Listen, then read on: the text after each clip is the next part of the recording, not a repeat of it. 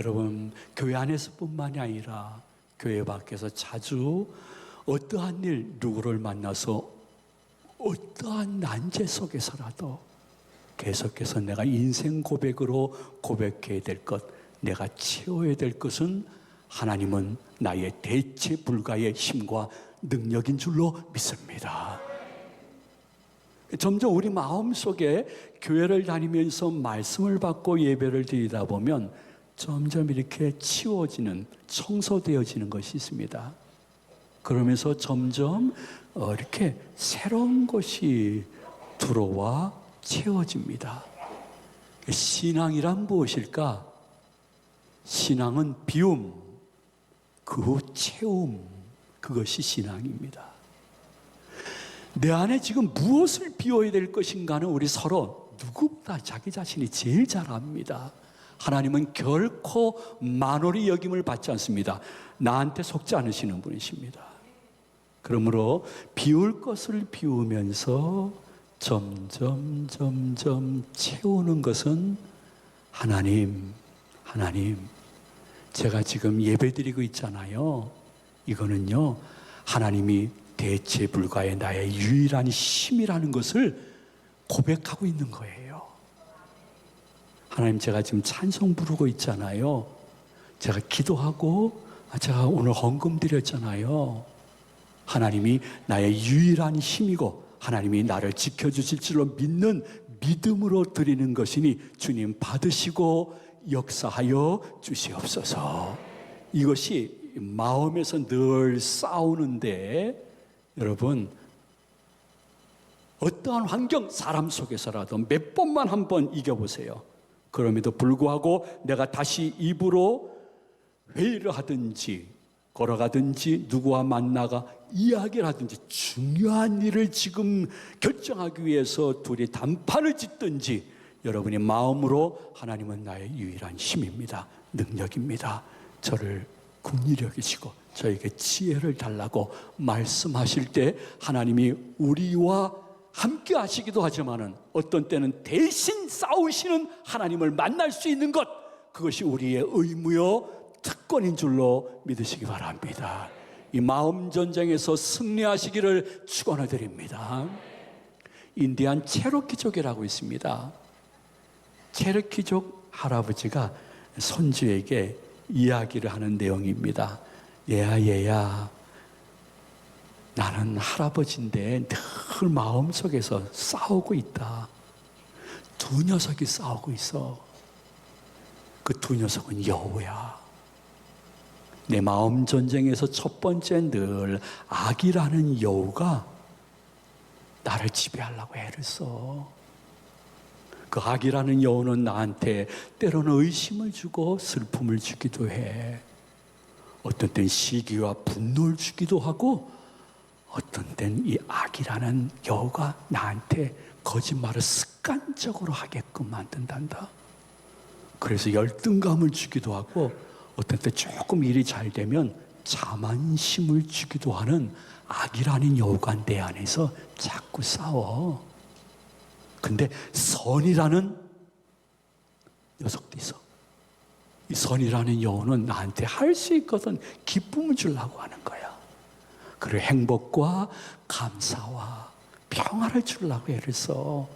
내 안에 있는 이 선이라는 여우는 때로는 나를 겸손케 하기도 하고 온유케 하기도 하고 인내하기도 하고 어떤 때는 용서도 하기도 하고 하나님을 향한 절대적인 믿음을 자꾸만 주면서 나를 방어해 주려고 해. 근데 이 두 녀석이 손주야, 매일 내 안에서 싸운다. 그러니까 손주가 할아버지한테 물어봤어요. 할아버지, 그러면 그 두 녀석 중에 어떤 여우가 이겨요? 그랬더니 할아버지가 대답하기를 내가 내 마음으로 키운 여우가 이겨. 내가 내 마음으로 키운 여우가 그 녀석이 늘 이겨. 우리도 마찬가지입니다. 신앙생활이요, 겉모습이 아니라 마음 전쟁인데요, 우리가 어떤 여우를 내가 키우느냐에 따라서 내가 악해질 수도 있고 선해질 수도 있는 것입니다. 이 마음에서 악한 여우를 여러분이 계속 길들이다 보면 내가 악해지고 그것이 표정과 언행 속에 나타나 가족이나 교인들이나 내 주위에 있는 사람들이 너무 힘들어하게 돼요. 내 마음속에, 마음 전쟁 속에 선이라는 여우를 계속 내가 잘 힘들지만은 키우게 되어지면 그 영향이 마치 나비 효과처럼 돼가지고 나머지 가족들, 그리고 내 주위에 있는 교인들, 나의 삶 속에 있는 사회 속에 만나는 분들에게 좋은 영향력을 끼치고 평화와 심지어는 예수 그리스도를 전할 수 있다는 사실인 것입니다. 우리는 저도 예가 아니고 죽는 그날까지 이 마음 전쟁할 텐데, 여러분 무엇을 선택하느냐 이 부분에 있어서 여러분들은 순간 실패할 수도 있으나 다시 벌떡 일어나서 마음에 가져야 될 것은, 그럼에도 불구하고 여호와 하나님은 나의 힘이요 능력인 줄로 믿습니다. 그러므로 내가 주를 사랑하나이다. 저를 사랑해 주시옵소서. 여러분들도 다윗의 영성을 전수받으시는 좋은 주일 3부 예배자여 시청자님 되시기를 축원해 드립니다. 아버지 하나님, 저는 이것을 대항할 힘이 없어요. 하나님이 이 일에 대신 앞서가시며 역사하시고 저의 힘인 것을 보여주시옵소서. 하나님, 저는 더 이상 의지할 사람이 없어요. 환경이 없어요. 군중 속에 저 고독이에요. 근데 이거 해결돼야 되거든요.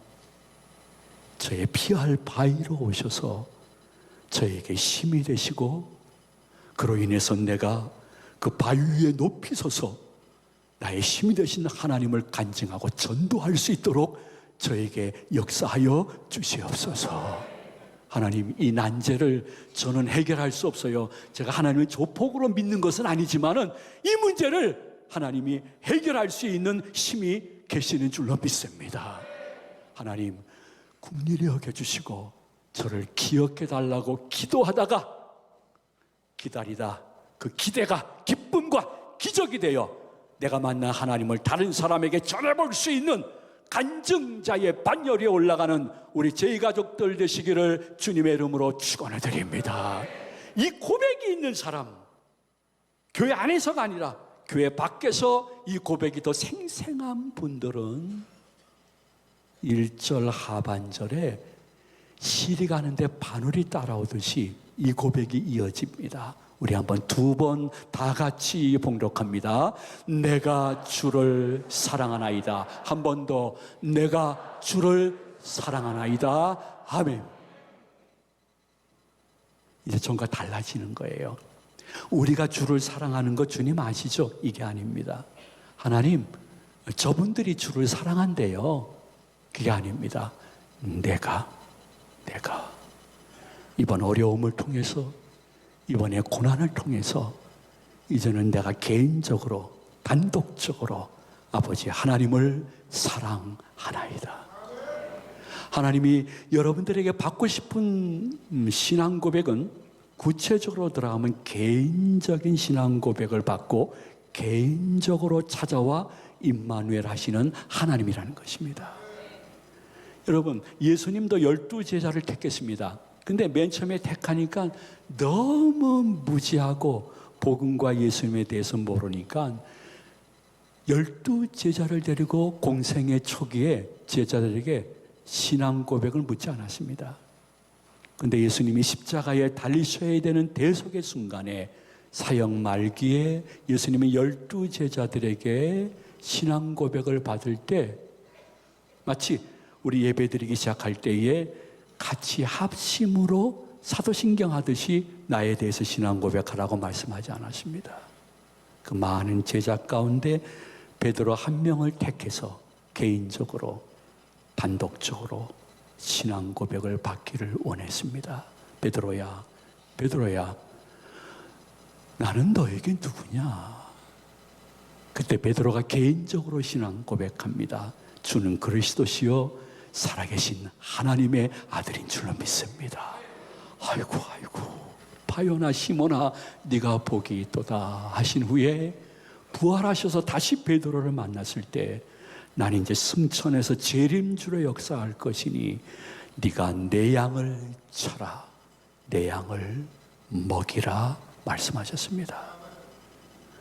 그 예수 그리스도의 영 성령께서 지금 이 자리에 계시는데 여기에 있는 모든 분들을 보시기도 하지만은 동시에 한 분을 보시며 여러분에게 개인적으로 신앙 고백 받으시기를 원하십니다.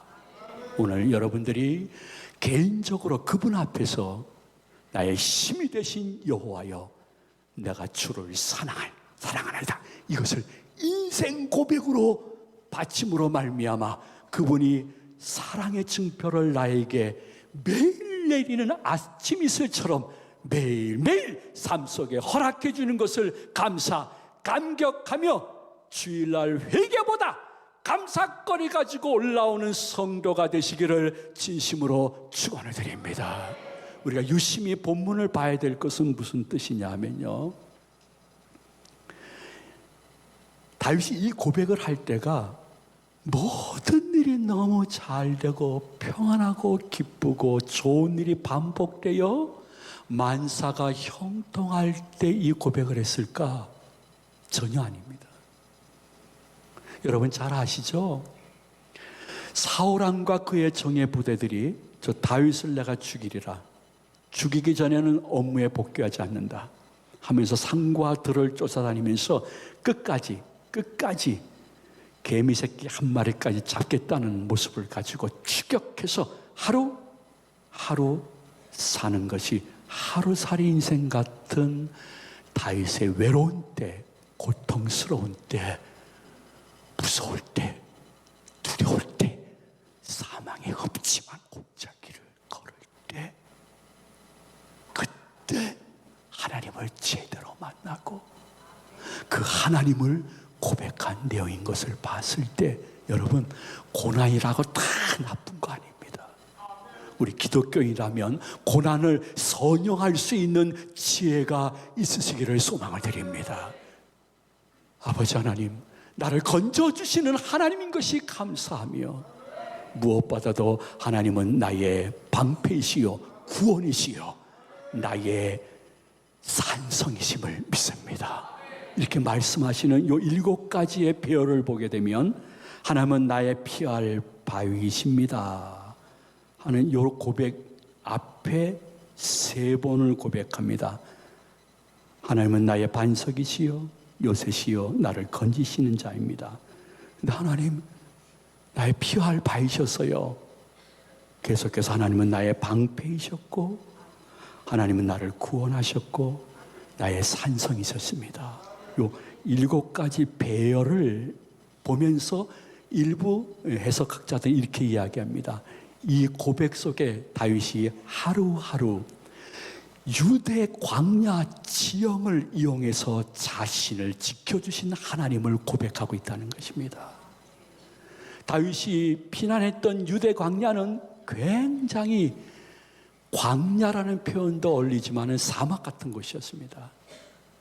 거기에는 많은 바위가 있었고 산성과 요새가 있었고 그곳에는 반석이 있었고 동굴이 있었습니다.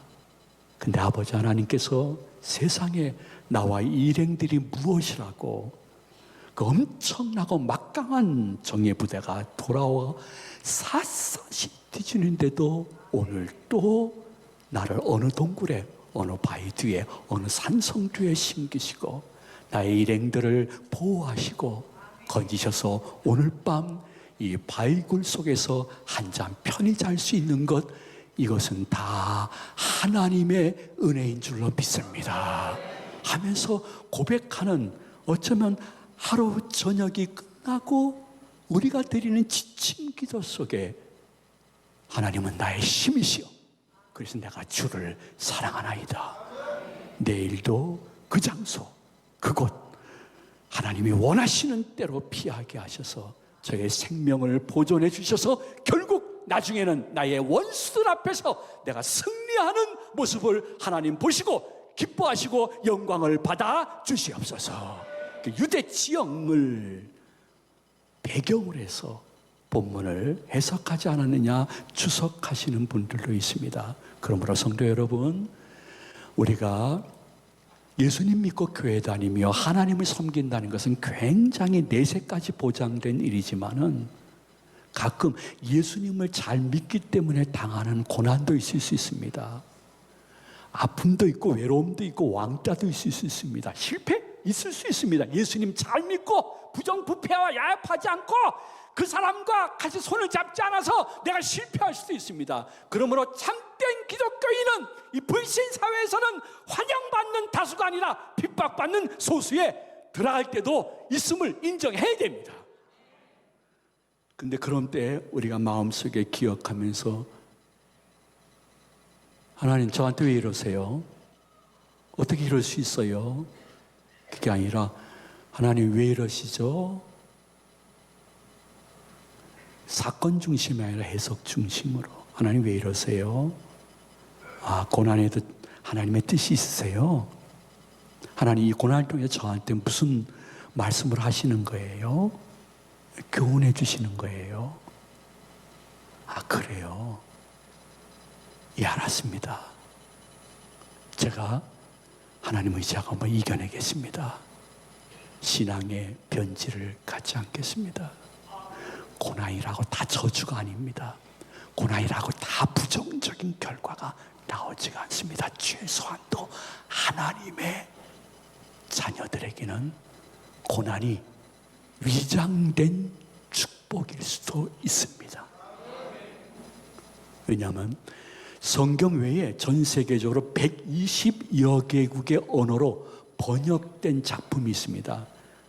이렇게 전 세계적으로 번역된 것은 거의 없죠. 여러분 한번 이름이라도 들어봤을 것입니다. 철로 역정이라고 존 버녀이라는 분이 작품을 쓰셨죠. 이 존 버녀는 태어날 때부터 땜질하면서 생계를 유지하는 아버지 밑에서 태어났기 때문에 흙수저였습니다. 오늘 2부 예배 끝나고 어떠한 분이 가시면서 목사님, 제가 흙수저예요. 근데 하나님 알고 이만큼 감사하면서 살아요. 이렇게 고백하면서 가시던데요. 존 버년이 그랬습니다. 근데 16살 아주 어릴 때 정말 사랑하고 의지했던 어머님이 먼저 세상을 떠나고 말았습니다. 충격이었습니다. 그 충격이 조금 가시려고 하는 1년 후에 너무너무 아끼는 여동생 마가렛이 또 세상을 먼저 떠납니다. 견딜 수가 없었습니다. 근데 더 내가 영접하기 힘든 것은 동생 마가렛이 세상을 떠난 후에 한 달 후 아빠는 새엄마를 데리고 오셨습니다. 존 버년의 마음은 갈피를 잡을 수가 없었습니다. 그럼에도 불구하고 이제는 엄마, 여동생 세상 떠나고 아빠, 새엄마랑 같이 있는데 내가 누구에게 의지를 할 수 있을까?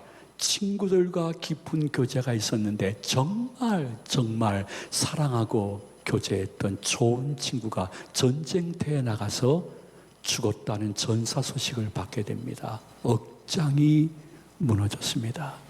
그래도 하나님이 때가 되니 메리라는 가난한 자매와 결혼할 수 있는 은혜를 주었는데 메리와 함께 결혼해서 첫 번째 받은 자녀가 또 너무 가슴 아프게 선천적 시각장애인이 되고 말았습니다.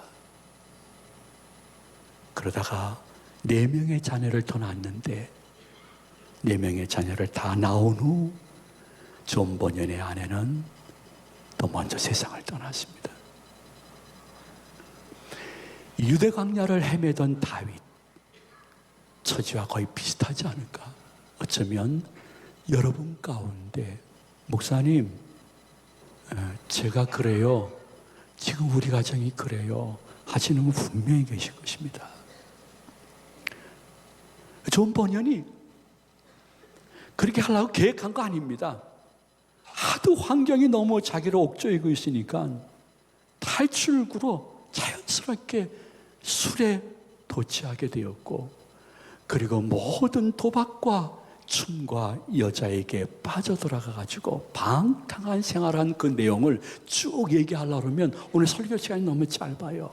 근데 어느 날 선택된 백성은 하나님이 때가 되면 다시 부르시는 줄로 믿으시기 바랍니다. 그 당시엔 지금같이 이렇게 성경적인 설교가 없는 시대였기 때문에 하나님께서 존 버년을 드디어 다시 부르기 위해서 그의 마음속에 음성을 주었습니다. 어느 날 존 버년이 받은 음성입니다. 버년아, 그만해. 나한테 돌아와. 너 안 돌아오고 계속 그렇게 하다 보면 너 지옥 가. 내가 살아있기 때문에 너도 살아있는 거야. 빨리 예수님 영접하여 그분을 구주로 모시고 살게 되면 내가 너와 함께 현세뿐만이 아니라 영원히 함께 할게. 음성을 존 버년이 들으면서 이것이 헛소리일까? 아니면 진짜 하나님의 음성일까? 이게 궁금했습니다. 그걸 해결할 수 있는 방법은 그때나 지금이나 똑같습니다. 성경을 읽으시면 됩니다. 존 버년이 성경을 읽기 시작했습니다. 읽는 것이 다독이 아니었습니다. 속독이 아니었습니다. 정독이었습니다. 그리고 내가 읽는 그 성경 구절의 양보다는 성경은 하나님의 말씀이기 때문에 내가 읽을 때 그분이 주시는 음성이 있거든요.